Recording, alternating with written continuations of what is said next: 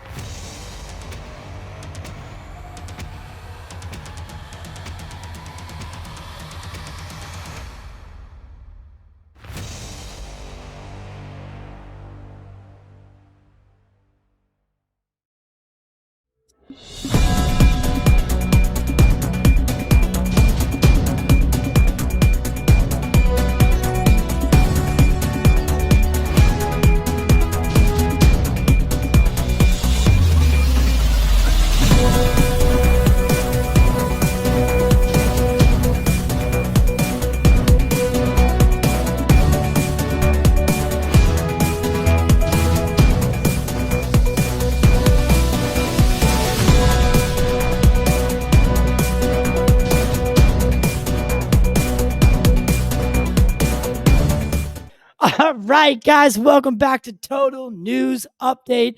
I am filling in for Cortex Zero Thomas as he's on vacation. My name's Ty. I'm the creator of Total Disclosure. And today we have something magnificent for you. Introducing Kevin Day, the man behind the extraordinary Tic Tac encounter with that UFO in 2004. A remarkable event unfolded aboard the USS Nimitz, a U.S. Navy aircraft carrier battle group that would forever change the way we perceive unidentified flying objects. At the heart of this extraordinary encounter was Kevin Day, a radar operator whose keen observation and unwavering dedication played a pivotal role in documenting the now famous Tic Tac UFO incident. Join us as we delve into the captivating story of Kevin Day, a man whose life took an unexpected turn that day in November, a man whose life was flipped upside down by this encounter, a man who knows exactly what Mr. David Grush is dealing with to this day. It goes to show you his unwavering dedication to this country that Kevin still comes out and talks to us. We're going to go through some of Kevin's pedigree and what he did over the years. He is a Top Gun graduate. He's an operator, AIC supervisor, operations specialist, senior chief petty officer, 22-year Navy veteran, 3 Aegis cruisers, 3 Admiral staff tours, 1 tour as an instructor, 6 Western Pacific deployments, Iraqi Freedom, and Operation Desert Shield, Interceptor Air Controller Supervisor, NEC 0319, again, Top Gun Class 598. He's also a published author.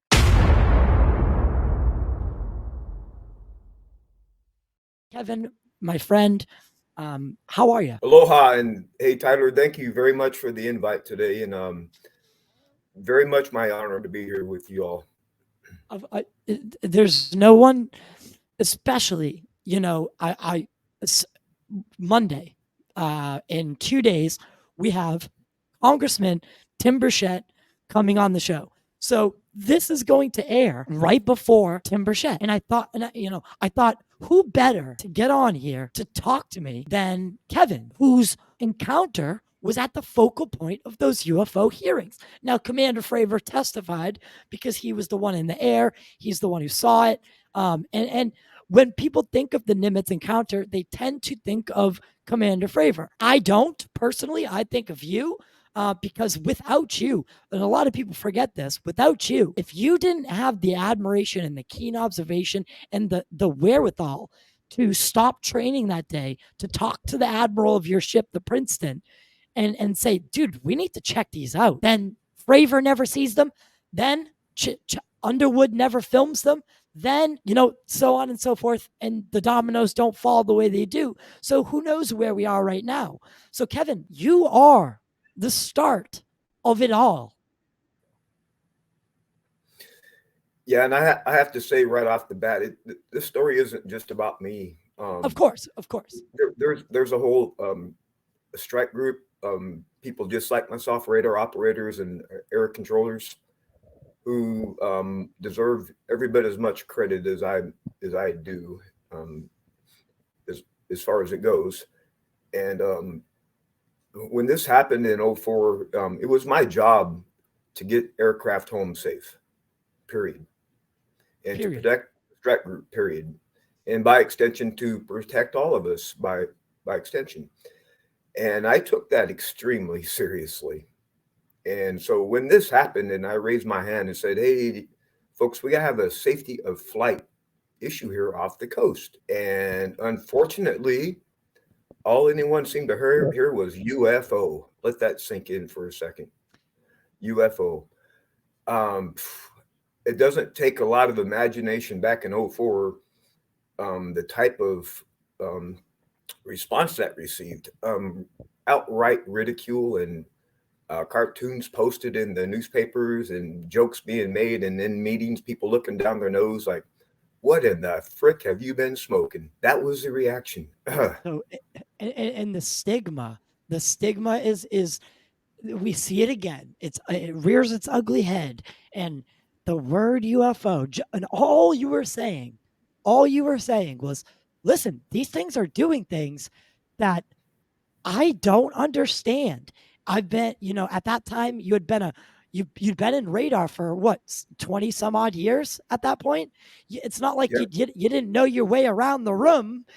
You unplugged it. You did everything you're supposed to do to make sure it's not a false track or something that is a glitch in the system. You did just upgrade. Had you just upgraded the systems? Let me just kind of go through that a little bit. Yeah. Th- Yeah. this was my actually my, excuse me, my very last time on a ship underway. Believe it or not, the Princeton. I was on board the Princeton CG-59, and this was our final graded exercise. And at that time I was getting ready to transfer off the ship to go to what turned out to be my last command, and my job then was to be a grader. I was standing behind everyone else with a piece of paper taking notes, because I was supposed to submit a grade to see how well they did during this exercise, Right. in preparation to go on deployment. And that was kind of my role. Like you said, I knew my way around the room, and I knew a lot of the other operators on the other ships, including some of the people in the air wing. And I was a pretty highly placed trainer, a lot of people depended on my recommendations and my thoughts and concerns and all that kind of stuff. Right. And so when this kind of broke off, we had been tracking these objects for 4 days before this scheduled air defense exercise was supposed to go down. Mm-hmm. Wasn't really concerned about it from a air defense point of view, because here we are. You have to imagine we're off the coast of our own country. All kinds of air defenses all around us off the coast, on the beach and out to sea as well.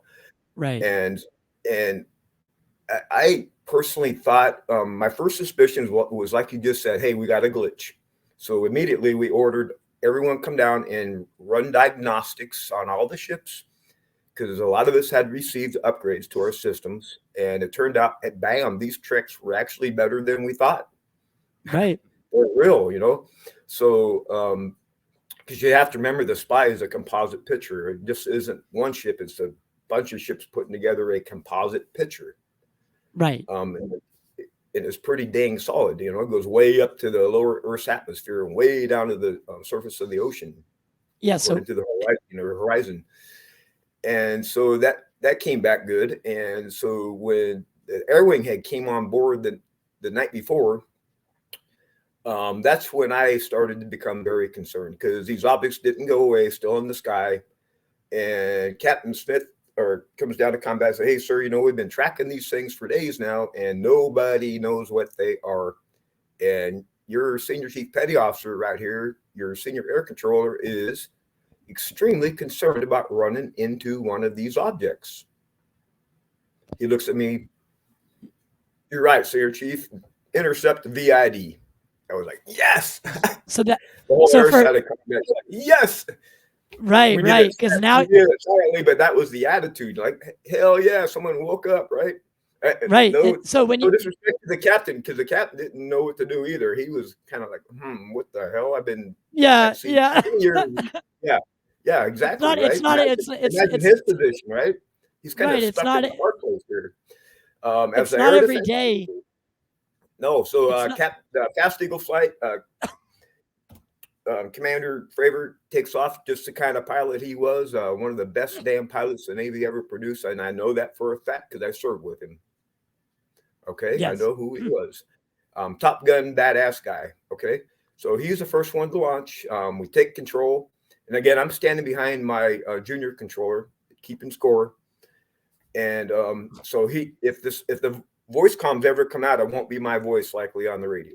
It'll be my controller, and I'm not going to say the name because they have That's not not identified themselves yet, and I'm never going to do that. I'd rather die first.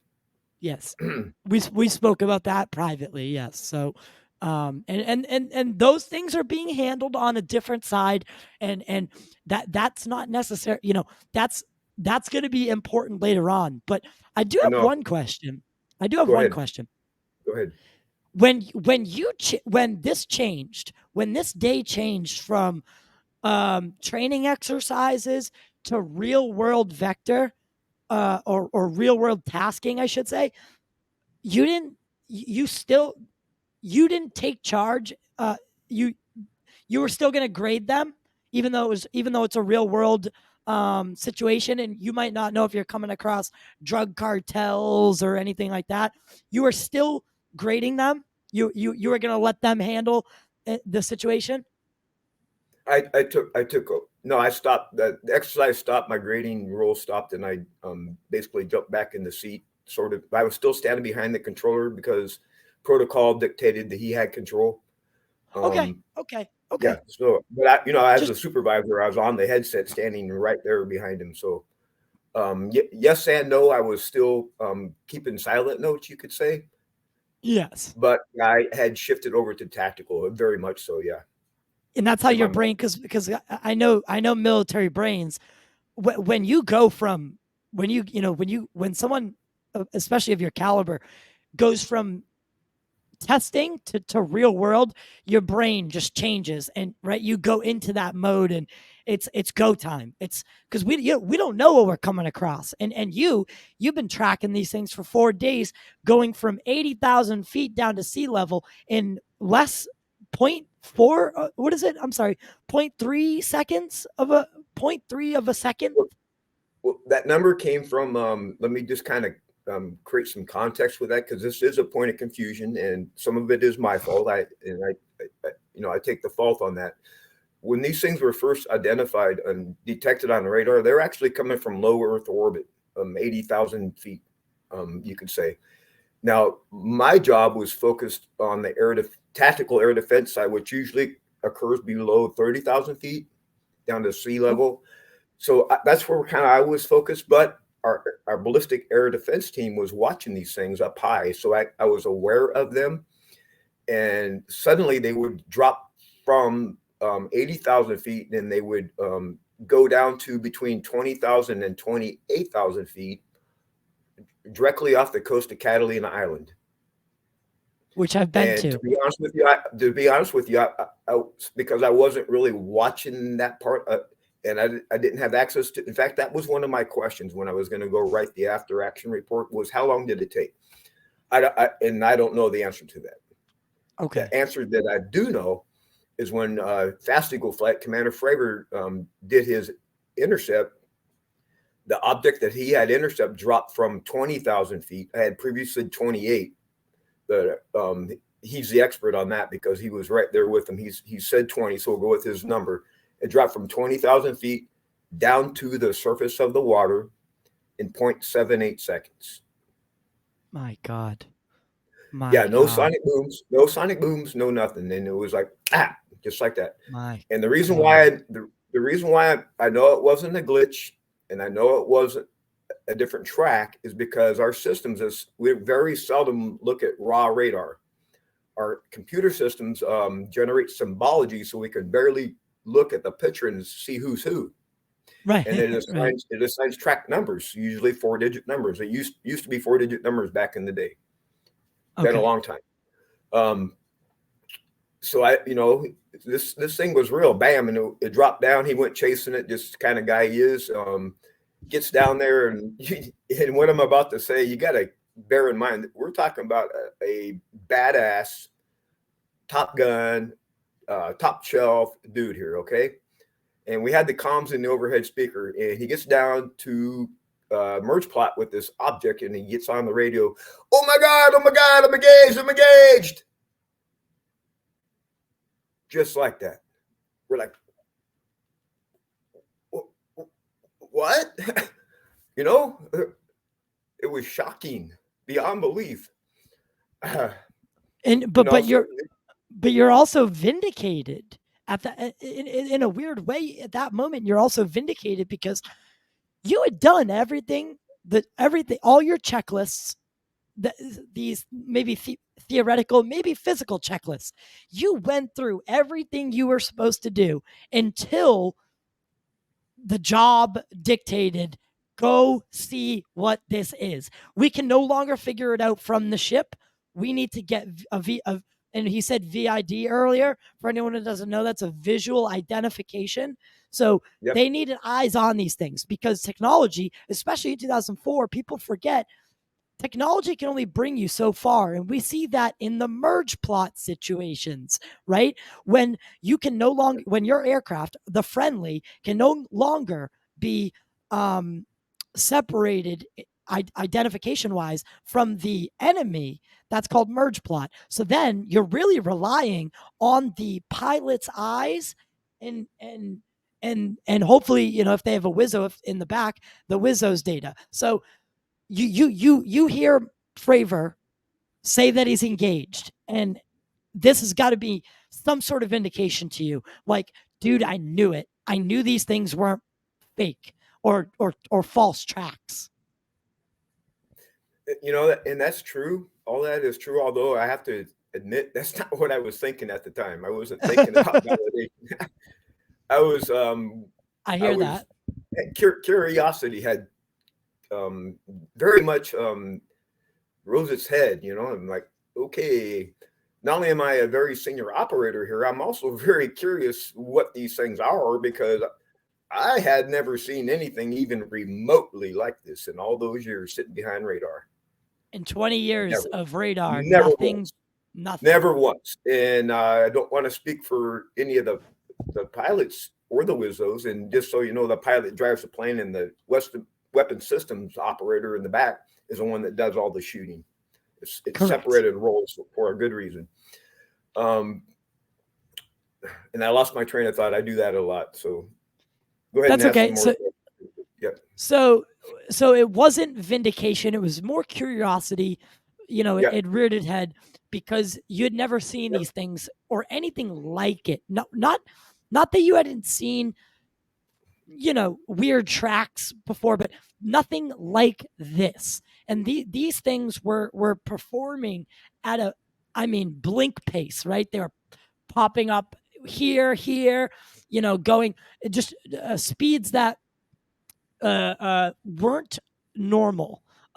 So the pilots now, they're engaging this thing. So you have Commander Fravor, his Wizzo, you have Dietrich, her Wizzo, and Commander Fravor goes in, engages, she stays high.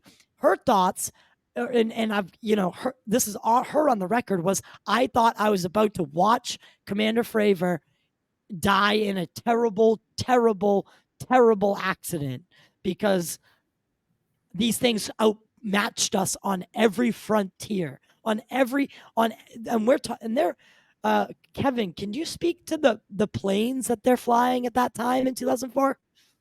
Are these the top of the line? Yeah, at the time they were FNA 18 aircraft, and they were at the time top of the line, and the aircraft as well had received system upgrades, including the ships.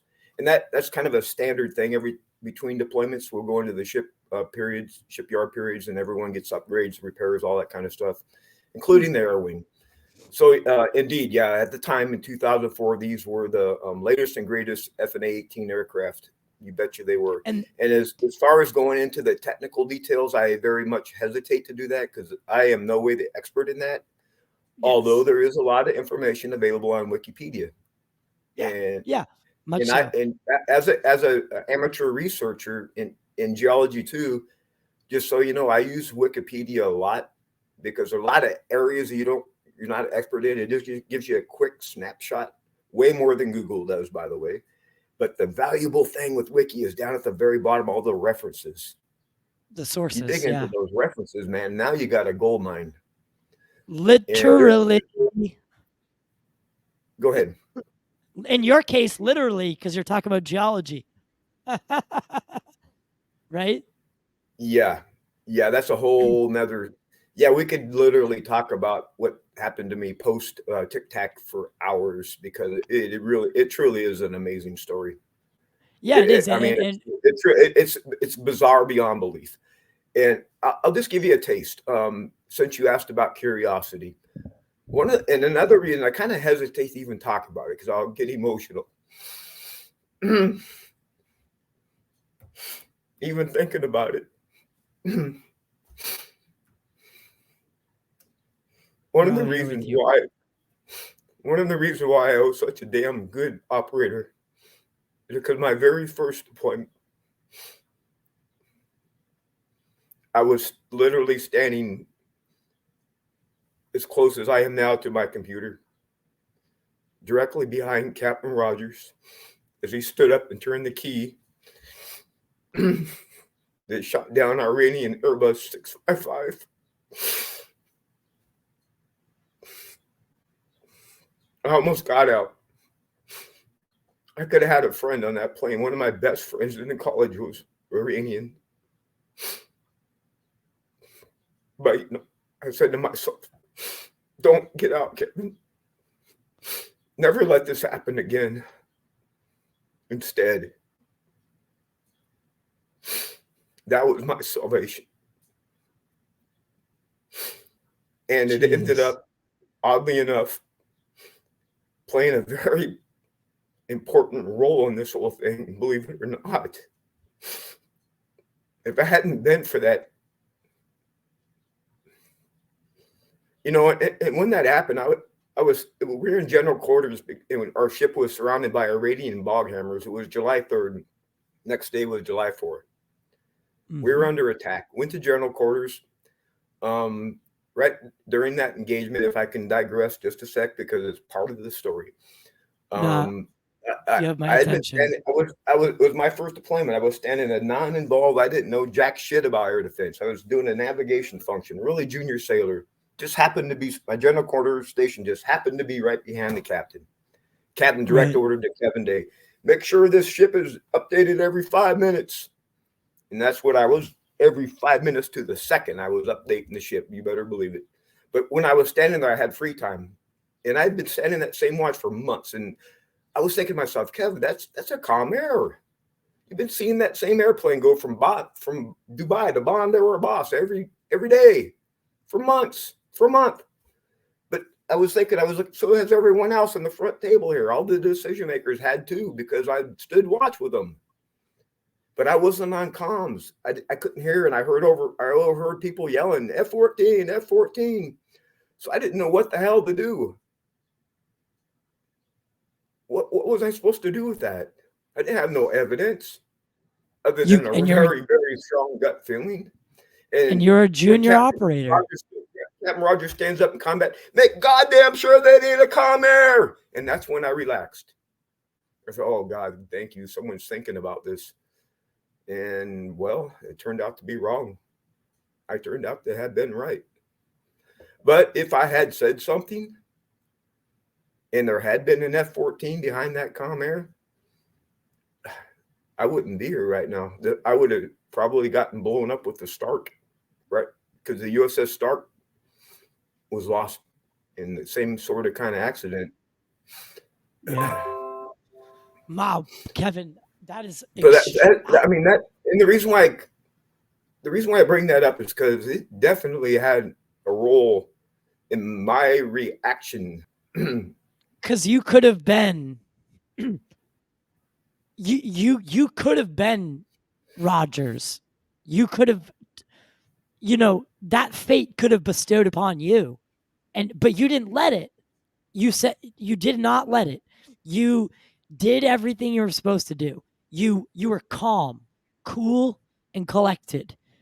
It wasn't until and then all you're focused on is air safety, right? You just want the air safe for your guys during your training missions. That's what your goal was. You did everything you were supposed to do in that situation. And now, from what Yep. I've heard, I wasn't on the ship that day, so I cannot claim to have seen it with my eyes. But from everyone Safety else's, first, and yes, safety first, and making sure no one got killed, like it exactly, happened in Airbus 655. exactly, I have lived my entire life honoring the children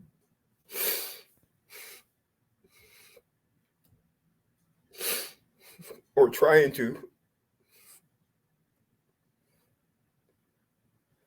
yeah, it's tough. It's And tough. you know what? I have to say, I've done a pretty goddamn good job of it. I think you have, Kevin. I think you have. Somehow, Yeah. some way, God helping me, or I don't know. But somehow I survived. And there's not enough time to really go into the story what happened to me later, because it's unbelievable the post story of this whole thing and how it all played out. Even I'm fascinated, and I lived through it. It's bizarre. Well, Almost like it's almost like it was supposed to happen. I know it sounds crazy, but I don't know how else to explain it. I know the story. We've talked a lot. We've talked a lot, and I know a lot of your, I'm trying to bear in mind the listeners, because a lot of people listening to this are kind of like, "What in the hell is he talking about right now?" And guess what? So for the listeners that are saying that, we'll get Kevin back on, and we'll have him another day in a long form conversation, because I think that story is important. And when last time we had Kevin on, we were a new podcast. We have definitely come a long way, and there's a lot of our listeners who haven't got to hear you speak about that since starting to listen. So that's a very good point. So I do. We obviously we have a focus on the Nimitz today and how it changed your life, but I want to go into something that's you've obviously know that there's UFO hearings that just happened. The 2004 Nimitz was on display. It was on display of displays. I mean, Fravor was there representing you guys. The story was finally being told to Congress. How did that feel watching that? I'm very happy you asked, because I have to tell you, I've never been more proud of my Congress. Nor have I. I'm a non-political kind of guy. I'm registered independent, and I vote both parties, and that's the result of my training. I couldn't pick sides in the military. I had presidents, and I followed orders, and it's kind of skilled up, kind of the way I am. But I have to say this: I look at Representative Luna, and I don't even know if she knows this, but I see a future first woman president. I like That's that. what I see. They don't call me the seer for nothing. Right. That's what I see in her. And you know what? One of the reasons why I'm so proud of my Congress people and Senate people is, Tyler, this is an election season, and they are responsible to their voters back home in their own districts. And for them to have the courage to come out in support of UFOs, come on, man. Really? Has it Yeah. things changed that much? Well, Right. yeah, it has. I've seen three major changes. Number one, stigmata. Okay. It's suddenly okay to talk about. I can talk about it with my neighbors, like the schoolhouses are talking about it, public and private, academia is talking about it. And that's the first change I've seen. And the second change is, uh, like I just said, in academia, in the science communities. I'm involved in science groups and I'm privy to discussions with some of the world's top physicists. And I could show you the list, and I'm shocked myself. How in the hell did I ever get on these lists? And you would know the names. I mean, like I'm not going to mention any because I'll leave some out. Okay. Um, my computer's getting ready to die on me here, but we got save mode. So that's and it's openly being talked about now. And the third change that I see is, like I already mentioned, is government. Not just our government, but governments all over the world now All over ask the questions. world. They're starting to ask questions like, okay, what happened to all this money we gave DOD? That's Tim Burchett. Tim Burchett all day. That's one question. And the other question is, what are these things? Should we be spared? Should we be concerned? Should we be accepted in open arms with these? Yes. Let's find out. Let's find out. Why are they even here? And well, again, I have my own theory on that, and I think I'm right about it, why they're here, but that's discussion for another day. But yeah, that's the three changes I've seen. Now go ahead, Tyler. Let's be the Kevin Days on the Princeton, and let's alert the Admiral, right? That's what we're trying to do right now. We're trying to be that the radar operator saying, listen, we're seeing these things in the sky. We got them on track. We got them on camera. We got them on this. We got them on that. People are seeing things in the sky that they don't understand, and they don't lend credence to the physics that the physics that we understand. Now, I'm not saying we have a full understanding of all the physics, but to the degree that we understand them, these things are defying them. Now let's ring the bell. And I think the bell is finally being rung by Congress, by the civilian population teamed up for the first time against, whoever's hiding these secrets. And I got to say, all those three changes, those are the three changes we needed at the right time. We're getting them. But Kevin, I want to talk to you about one last thing. Okay. You said something to me before. If the world goes through this change the way that you did, drastically, quickly, without prior foreboding, wow, what's going to happen? There's not enough psychotic medication on this planet. It's going to end disastrously, as in World War. That's what I see, and that's my motivation. I'm on the team to get the world prepared for what's about to happen, because it is about to happen. Whether now, and I have to speak kind of in defense of DOD here a little bit. They likely did have their reasons for wanting to protect these things, and it doesn't take rocket science to know that. But the problem that I do have is the execution of the policy itself. It seems from my perspective, there is very little regard paid to the price that individuals would have to pay.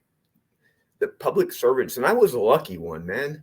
There's people that lost their life out of this and never can see their children again out of this, and on and on and on and on. I was a lucky one. For them to let that happen without concern or regard, that pisses me off. You got it? That's why I'm fucking pissed. I love that. And you should be. It didn't happen. School children know better than that. I see it every day, playing hopscotch. How come we can't chew gum and play games at the same time? Come on. And they're going to pay a price for that. I don't want nothing. I'm already rich. Not in money, but in life. In friends, family, happiness. I want this wrong addressed. And I think the government will one day. They are going to have to answer. Now, the government being the military side of it, the whoever's keeping the secret. I have my theories, and I think everything that's happening. I mean, with David Grush saying, there's potential for this to be interdimensional. There's potential that there's a treaty signed, that we have bodies, that we have craft hidden away. Someone's gonna have to answer for that, because we are now at a point where the pressure is building, and pretty soon. Taylor, let me just leave you with this one thought. It's not. My suspicion is not. It's not so much a treaty, although it is a treaty. It's a trade agreement. You think so? Yep. And it goes back to why they are here. And when I say they, UAP. Yes. And I've said this publicly, and I'll just say it now. They're here for our rocks. ROKS, rocks. Believe it or not. And it's a long theory of why I believe this, but essentially they are coming here to gather heavy phosphate rocks from down at hydrothermal vents and other sources on the planet, because phosphates, acids, and sugars make up our DNA. And our type of geology and the fact we have salty oceans is pretty rare in the universe, in the cosmos. So basically what Earth is, it's a nursery. So they are coming here and taking seeds, if you will, from our nursery, and they are planting them on suitable host planets out there in the cosmos. So that in 1 billion years, maybe a photon will strike the quantum womb of that rock in just the right way, and it will spark off the creation of DNA, RNA, and life will happen. The primordial soup. Just like it happened here. That's exactly how life happened, sprang to life on Earth. It wasn't in Adam and Eve was an analogy. I'm convinced of that. There's no historical and there's no scientific evidence to support that whatsoever. Quite the contrary. Yes, we were either planted here by them or a meteorite delivered the necessary DNA and RNA ingredients to the planet. It went from there. One of the two. No. Yeah, you know what? I'm actually in full support of both of those. I do think life is either seeded or it happened the way you just said it. The Adam and Eve story. There's a lot of good that comes from the Bible, but there are a lot of analogies, right? And I don't want to get into any religious sectors or anything like that, but there are good moralities things that come from those. Absolutely. Religion is extremely important, and it plays a vital role in society. And I am in no way against it in any way, shape, or form. I want to one last question. So you believe these things are non-human? Yes. So that the craft that you engaged, that your battle group engaged, they are human in the sense that they're a part of life. They have DNA, RNA like we do. Right. So they're I mean, they're like our cousins. Well, let me explain it like this. If humanity is humanity 1.0, they are humanity 7.0. That'd be the way I think about it. Yeah. Okay. We got to get you back on the podcast, because it seems like you've formulated a much more expansive theory on this. Let me leave you with this one thought before we have to wrap it up. And it's just a thought to ponder. We all accept the idea of the Big Bang, and it all stems from this. But I have three questions about the Big Bang, and then we can wrap it up if you need to. Number one, was the Big Bang intentional or was it unintentional? I don't know. And so I signed it 50-50 odds. Can you still hear me? Okay. Yeah. Okay. And given the put chance, you full screen for this. Well, that means something. Given the chance that a 50% chance exists that the universe is intentional. Okay. Second question. Just what, in that case, given that case, what would an intended universe look like? And more importantly, what happened to the intender? Did the intender of the Big Bang choose a cosmic suicide? Or did the intender choose to survive the Big Bang? I wonder. And if it chose to survive, how? Is it a non-fundamental force or is it a fundamental force? And I think the latter is true. Intention itself is a form of physics we didn't know about before. And that is what these UAP aircraft are built from. It's a physics that we didn't know about before, and it's called intention. So intention equals... It has force carriers, just like gravity, just like electromagnetism, just like strong nuclear force. The other four fundamental forces. Intention itself is number 5. And recent research is backing me up on that. How in the hell I came up with that, you tell me. But it's true. I've been watching you. I've been watching you formulate these things on Facebook. And you talk a lot about it, and you've been onto something for a long time now, Kevin. Even talking about the spheres inside the cubes, you have a diagram for that. Thought and intention and what you've been doing in that regard, as well as geologically. I think I think that you were meant for something bigger. I think that you are meant to usher in a new era.